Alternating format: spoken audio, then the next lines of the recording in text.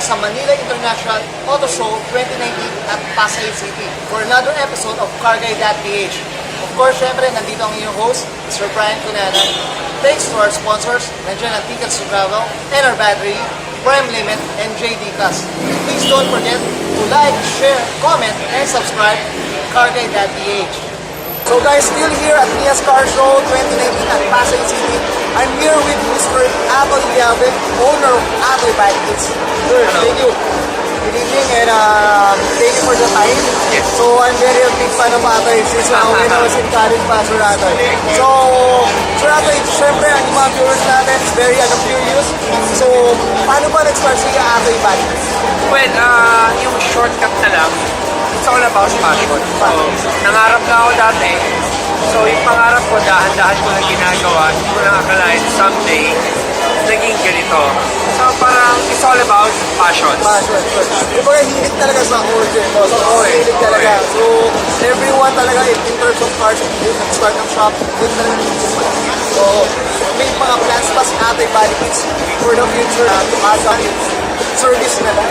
Well, nag-evolve kasi I started with body kits. Kaya nakilala mo ako sa Atoy Body Kits, pero ngayon it's Atoy Customs na ngayon. Atoy Customs. So, in one umbrella kasi, meron kaming body kits, 4x4, mga food trucks, mga van, at saka mga activation trucks. And may nadadagdagan pa, kaya naging custom.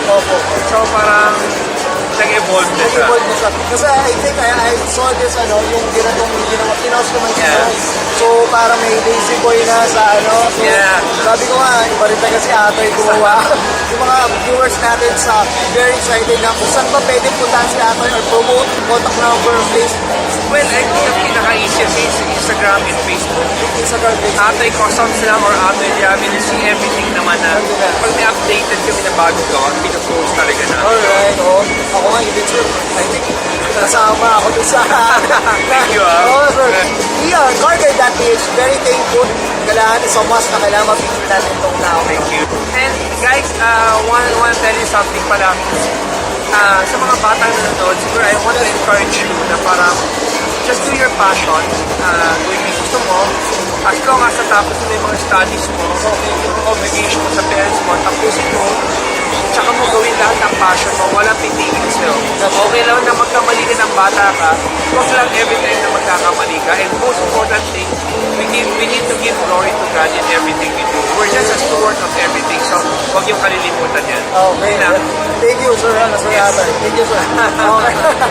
Thank you. Okay, this is Carguy.Ph. Okay, I'm sure nag-enjoy kayo sa another episode of Carguy.Ph dito sa Manila International Auto Show 2019 at Pasay City. I would like to thank our sponsors, nandiyan ang Tickets to Travel and our battery, Prime Limit, and JDECALS. Please don't forget to like, share, comment, and subscribe Carguy.Ph.